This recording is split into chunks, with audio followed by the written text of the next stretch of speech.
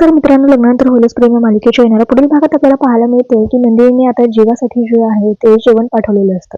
तर गरमागरम जेवणात जीवा आता हात लावतो आणि त्याचा हात भासतो. त्यानंतर नंदिनीची आई म्हणते की अहो सावकाश, नंदिनीने मला सांगितलं होतं की त्यांना गरम जेवणात हात घालून देऊ नको. तिला खरंच खूप काळजी आहे तुमची. तेव्हा जेव्हा म्हणतो की खरंच, तर त्या म्हणतात की हो, आताही ती तुम्हाला बालकनीतून बघत असेल. तर दुसरीकडे काव्य आता पार्थला जेलस फील व्हावं यासाठी तिच्या बोक्यासोबत खेळत असते. तर मित्रांनो, बोक्याला ती आता तिच्या बाजूने झोपवत म्हणते की तुझ्यापेक्षा जास्त प्रेम माझं या जगात कुणावरही नाहीये.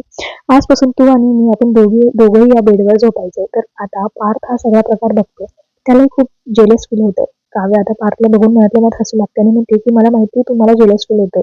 मी या बोक्याला प्रेम करते, जीव लावते, त्यामुळे तुम्हाला खूप वाईट वाटतंय ना. तर मी हेच प्रेम जीव तुम्हालाही लावणार आहे. मग तुम्ही माझ्याशी बोला तर खरं. पण जर तुम्ही जिद्द धरून बसलेला असाल ना की नाही बोलायची, मग मी तुम्हाला जीव तरी कसं लावू? बघूया आता पुढे काय होतंय. की पार्थ बोलेल का तिच्यासोबत.